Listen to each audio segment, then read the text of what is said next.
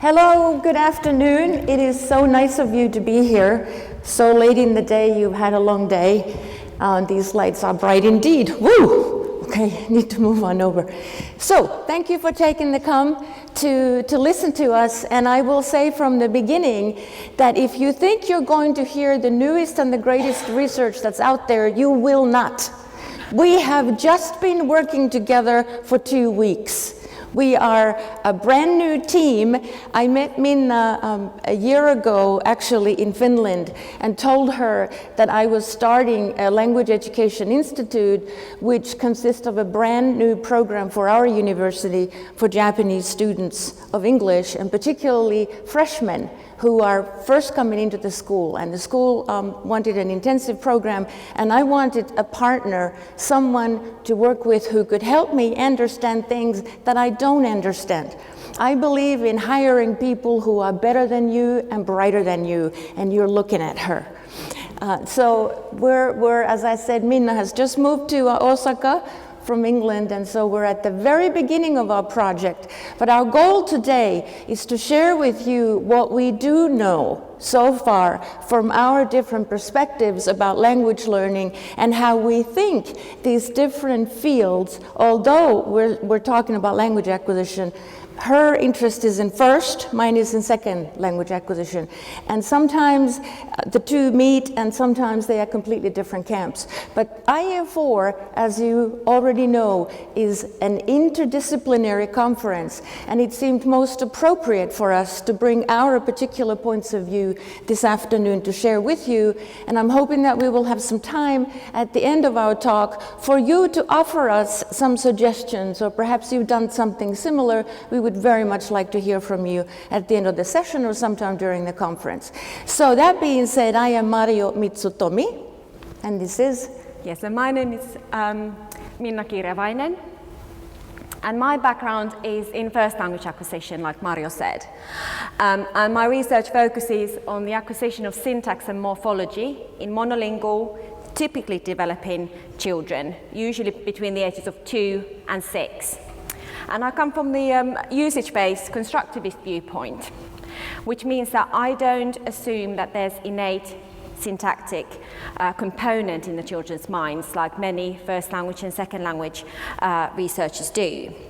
Instead, the usage-based viewpoint assumes that language exposure and general cognitive processes results in language acquisition in children. And by general cognitive processes, I'm talking about things like pattern finding, analogy making, and categorization. So humans are very good at using these types of general cognitive processes in non-linguistic tasks. And I assume that there's no reason to assume that children wouldn't be using those same mechanisms to somehow decode the language that they hear around them and extract the grammatical rules from that input. Okay. So the things that I investigate in my research are the questions I try to answer are things like, how do children learn to speak their native language? So what kind of processes happen in their mind? What kind of things do children pay attention to when they learn their native language? And what kind of things they don't pay attention to? And how do caregivers talk to their children? So what kind of an effect does the language input have on children's language development? So from the usage-based viewpoint, there are two major assumptions what we assume that children are doing when they're learning language. And one of them is that children pay attention to the language input. So there's quite a lot of research now showing that it's not only the vocabulary or the lexical items in children's repertoire that is mirrored in the caregiver's language, but also grammatical structure. So those grammatical structures that the caregivers produce frequently are the same structures that children produce early in the development, and also those ones that children produce a lot in their language. And this is the case in many syntactic structures. So it seems to be that children's language is heavily influenced by the surrounding, by the ambient language. Another assumption is that children build syntactic constructions on structures that they already know, that they don't necessarily know syntactic structures as coherent wholes from the onset of language development. So children kind of learn small chunks of language. They start with 1 word, 2 words, 3 words, and slightly bigger constructions, and they might start chunking those smaller constructions together later in development. So to give you an example, if we think about one type of two infinitive construction, children quite early in development learn to say things like, I want my mummy, or mummy do it. And later in development, when they want to express more complex meanings, they can chunk these two simple sentences that they've learned into one complex sentence and say things like, I want my mummy do it. This is of course ungrammatical, because they should say, I want my mummy to do it. But this is a good example where some of the children's errors might be coming from, because they combine these chunks that they've learned in completely different kind of context. And it seems to me that second language learners often also wish to say, I want my mommy, this is too hard. My background is in second language acquisition in particular, and teaching English to speakers of other languages. As you can tell, I have an accent in my English, and this is typical of someone who has learned a language later in life. And we will talk a little bit about the critical age hypothesis a bit later. But my interest is in how languages are learned after the first one has been acquired. And it seems that in every case, because there already is a language present in the learner's brain, it does all sorts of things to the learner, as does life experience in general, as does personality, as do learning styles. There are so many issues that come into play with language learning. So my particular interests are in the learner context. What goes into making an atmosphere or creative classroom or space, time? What is it that learners need in order to be most successful? And I'm also interested in the identity of language learners. Do they feel that this language is part of them? Is it part of their culture? Is it part of their membership in some other community? And also the learning outcomes. As you all know, if you are in language teaching or any kind of teaching of whatever it is you might be teaching, people do not all end up at the same place, no matter how long they are engaged in this practice. So pianists, those of you who have taken piano lessons know that you might remember a piece or two, but you never really did all that great. And someone else is fantastic, although they have studied a shorter time than you, or tennis, or using computers. I mean, any of this. Math. My case, very minimal. I don't know where it went. But perhaps the languages took its place, I don't know. But my interests are here. And so, again, going back to what Minna is doing to lead us into the questions that we're asking in our program, I'll turn it over to you. Okay. So, for us to work together and try to figure out whether second language acquisition and second language teaching could learn something from first language acquisition research, there might be some problems in this question. Some linguists have stated that first and second language acquisition are inherently different. So perhaps there's no point in trying to apply first language acquisition research into second language acquisition context. And some of the common assumptions, this isn't the complete list of assumptions, but I've listed 3 things here. So some of the common assumptions are that all typically developing children learn to speak their first language, the same level, so native-like level, while second language speakers rarely learn their second language to a native-like proficiency. So there's a lot more variation in the second language speakers.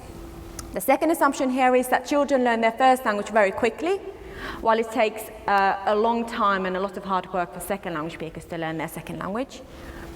And also that first language learners make only few errors in comparison to second language learners. So somehow first language learners find it easier to learn the rules of their native language than a second language learning the rules of the target language.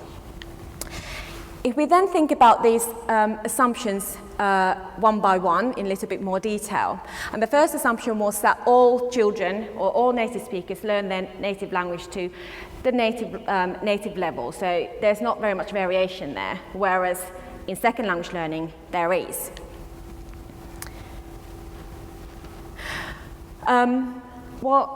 It actually seems to be the case that there's also variability in the first language speakers, so native speakers' knowledge of their native language.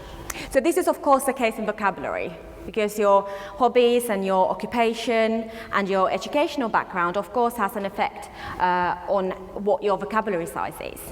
But importantly, it is not only restricted to vocabulary, it's also it can also be seen in syntax. So in recent years, there's some studies appearing, for instance, Street and Dubrovska, who've looked at the passive construction and the quantifier every, and whether all native speakers have the same proficiency in these constructions. So they've compared university teaching staff, so professors, academics, to university non-teaching staff. So all adult native speakers of English being tested on English. And what they do is that they show these two groups pictures, so they show them two pictures. In one picture, for instance, if we think about the passive, they see a picture of the soldier hitting the sailor, and in another one where the sailor is hitting the soldier. And then they hear a sentence, so this is a comprehension test where they have to point the correct picture. So it's an easy test. And the adult speakers, when they hear the active sentences, they're all at ceiling. The professors and the non-academic staff at universities in England, they do equally well. But if you give them a passive sentence, the professors are at ceiling, they all know that construction, but the non-academic staff is significantly below the professors.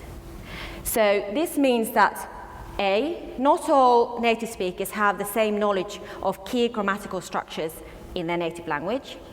And B, it seems to be that input, so the language environment, if you use passives like most professors do in writing and in academic language overall, they know that construction.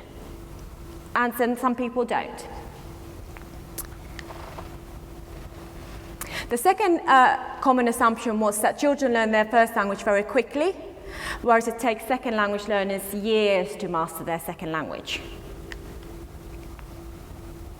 Well, I would argue that children don't actually learn their language very quickly at all. At the age of 5, when children are at a relatively good level in their first language, so they're relatively proficient in expressing everyday language, they're not adult-like, adult native speaker-like. And at this age, at the age of 5, when their language is okay, but not adult-like, they've had 5 years of exposure to their native language, approximately 6 to 14 hours a day. That's an estimation. I'm just thinking how many hours the children are awake. So that's their waking hours, 6 to 14 hours every day. And I'm assuming that most of that time the children are interacting with their parents or some adults, because you wouldn't leave a 2-year-old on their own for very long. So for 5 years, at the age of 5, children have had 5 years of pretty much constant exposure to the native language throughout their whole life. And if we assume that that language learner is slightly behind in development and they've produced their first word at the age of 18 months, they've also had 3.5 years of using that native language, approximately 8 to 14 hours. So they've been using and hearing it roughly perhaps about 10 hours every day. So I would say that the children's language acquisition experience is a pretty intensive course if you compare it to second language speakers' intensive courses where they perhaps do, 3 hours a day. So if a second language learner did 3 hours a day for 5 years, they might be in a relatively good place with their second language learning. But children, like I pointed out here, they do a lot more. So The point of this slide is to emphasize that it also takes children a long time in terms of hours put in to learn their native language.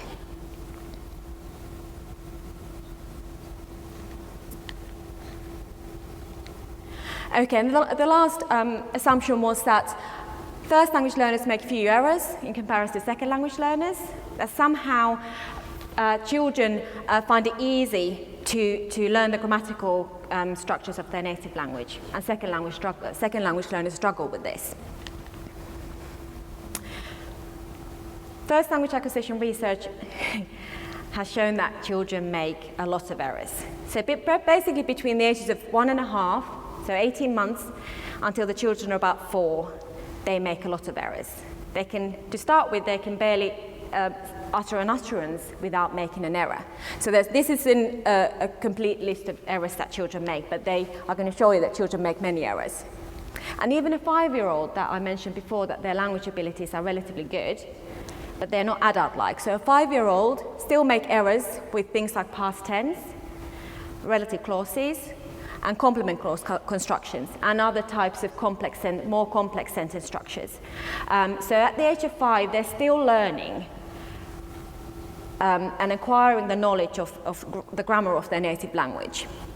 So this slide just highlights the fact that it's difficult for a second language learner to learn their second language, but it's also difficult for a child to learn their first language. So just to conclude my part of this presentation, I just want to emphasize that it is difficult for first and second language learners to learn a language. It takes a lot of time in terms of hours put in practicing and listening to that language. It takes a lot of effort, and all language learners make mistakes. Okay, very briefly, going into second language acquisition research, I will not even begin to list the theories that are there. Within 25 years in this very, very young field, we have managed to come up with a host of theories, and some of them are approaches rather than theories. But many of you know the most famous ones, behaviorism, Chomsky's universal grammar, and then we go to Krashen and all of his hypotheses, etc., etc. But what I would like to do is to just point out a few of the things that most of these theories seem to agree with.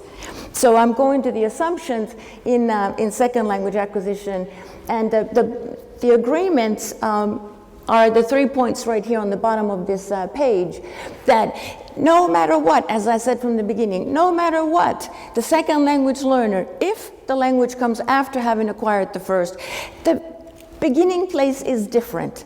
It just cannot be helped that the first language is already there. Sometimes it comes to the learner's aid, sometimes it confuses the learner, but nonetheless, there it is, and it causes all sorts of things to the learner. And depending on when the second language learning process begins, there seem to be differences in the ultimate level of pronunciation. So I was right at the critical age. I started English when I was 10.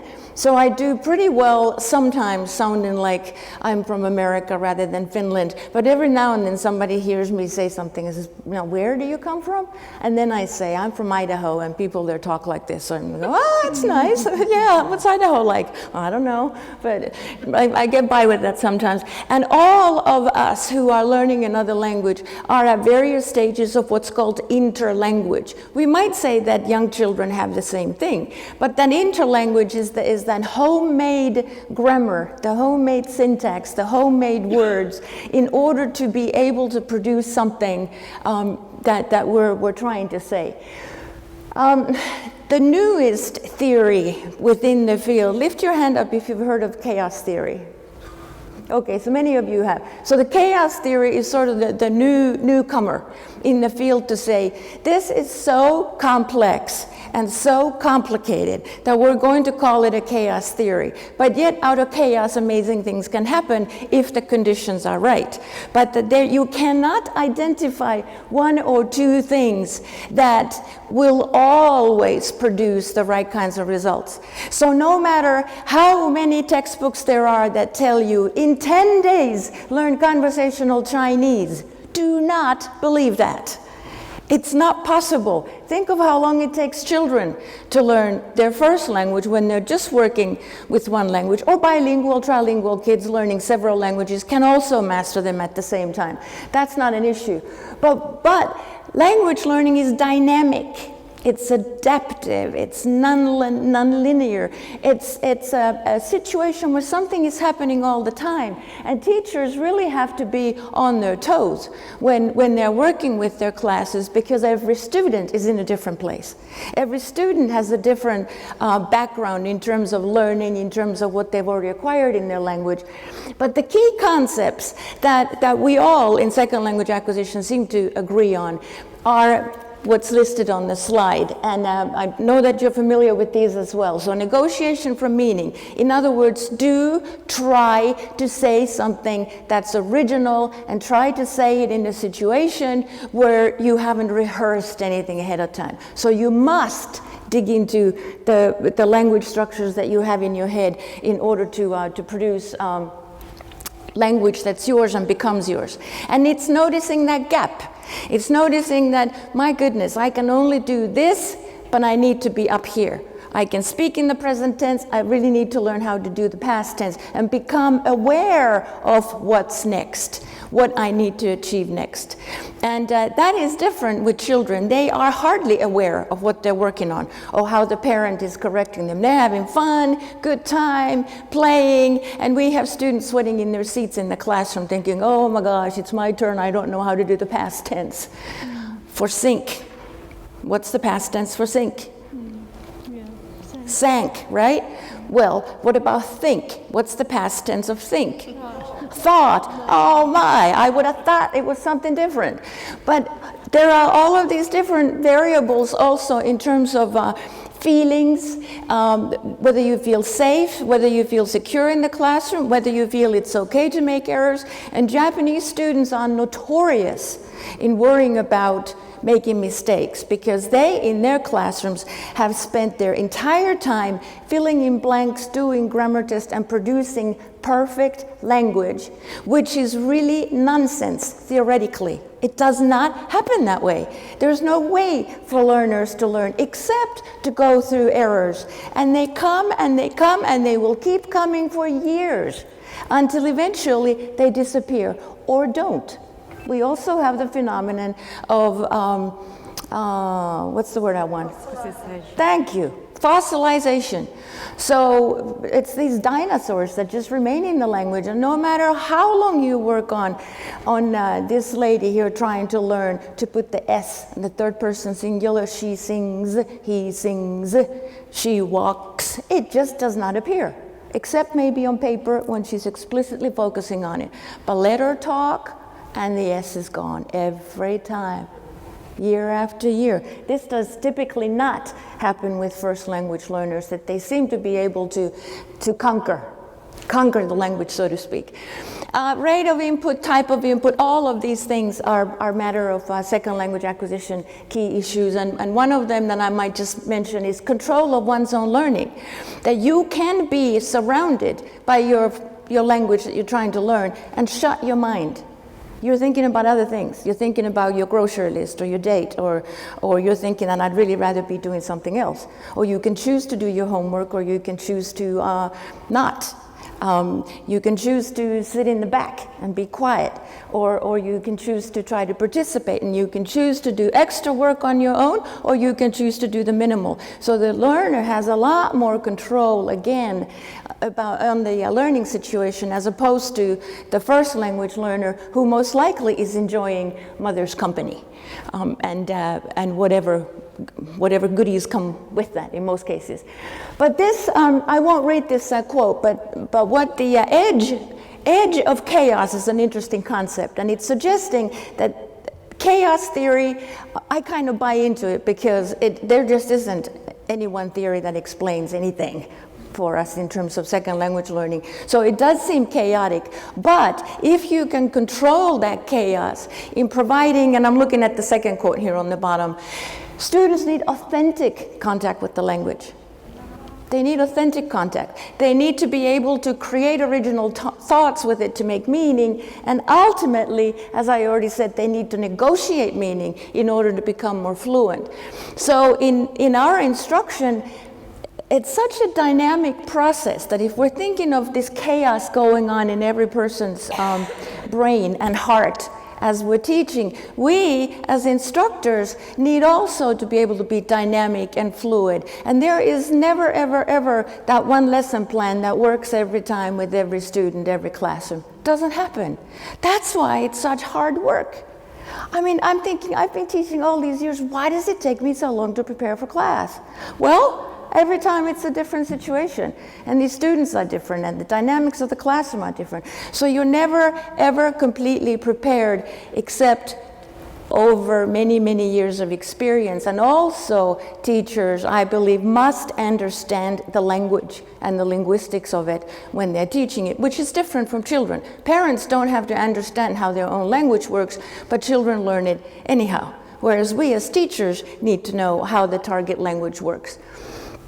So, what is it that we're trying to do then? You've heard from Minna about really interesting facts about, can I give that to you? I don't like it. Interesting facts about first language acquisition. And I just absolutely love to listen to her, because she knows so many things that I don't know.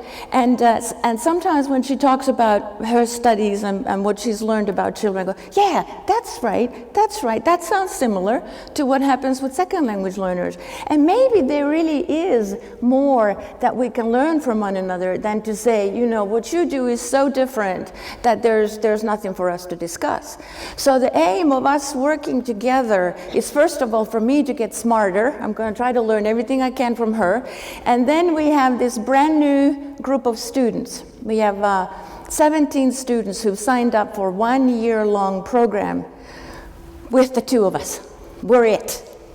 And so we're going to try to give them authentic Finnish-American and authentic British English with a little bit of a Finnish twist every now and then. And a lot of rich input, activity that's interesting. We're going to keep them at the edge of that chaos, and then you can tell them more scientifically what else we're going to do.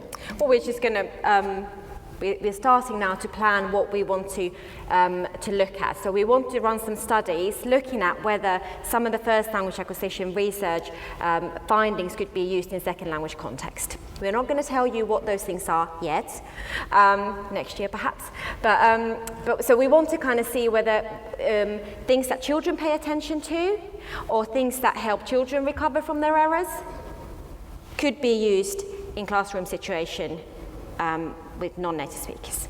That's the aim. So we'll see. So, we were in class today, and we've had these students now for 2 weeks, maybe not even, a week and a half. They've had 6 years of English in the public school, in junior high and high school. And we've given them all sorts of diagnostic tests just to see what we have. And we have, for example, discovered that some of our students who have really high grades and high GPA are not the best using English. And vice versa, there are some other kids whose GPAs aren't so good, but their English is actually better than some of the others. So we have a mixture of these kinds of students, but what combines this group together and makes it an interesting cohort is that they've all chosen to do this program. They've all chosen to put themselves into that place where they're constantly getting bombarded with English. And they want to, as far as we understand their motivation, they want to learn this language. And that is an important factor. We didn't want to take reluctant learners, because then you first have to build the motivation. So we're thinking of them as these eager children who have a passive knowledge of language, who know a lot of structures in their head, but have never, ever tried to produce an original sentence in their lives. Can you believe it? 6 years of English. And so, you know, there was a picture of a tree there a while ago. So I show them a tree or something simple or a house, and I say, put that in a sentence. And we get something like, house? It's a house. Put that in a sentence. Do something with it. What color is it? Blue? Blue, yes. Blue house, it's a blue house. Can you do something else with that? It is unbelievable that this happens elsewhere too. But it's a crime that so much time and energy and effort is spent on language teaching and the resources, but restricting and trying to limit the chaos because teachers spoon feed the students with a word here and a word there, and oh, language is so difficult, I can't give you too much. And that's never the case with children. Yes, we tailor our language to them. You don't talk to a 2-year-old the same way you do to a 6-year-old. I mean, we understand that. And of course that's true in language acquisition as well. But that doesn't mean that these aren't thinking people who can figure things out and guess stuff. So we can say far more than what they've been prepared to understand. So we are trying to create a fantastic chaos and tell you in a year what we have seen happen throughout this chaos. Maybe more chaos, maybe some interesting results, don't know, but she sure is fantastic to work with. We have a few minutes left before it's time for dinner.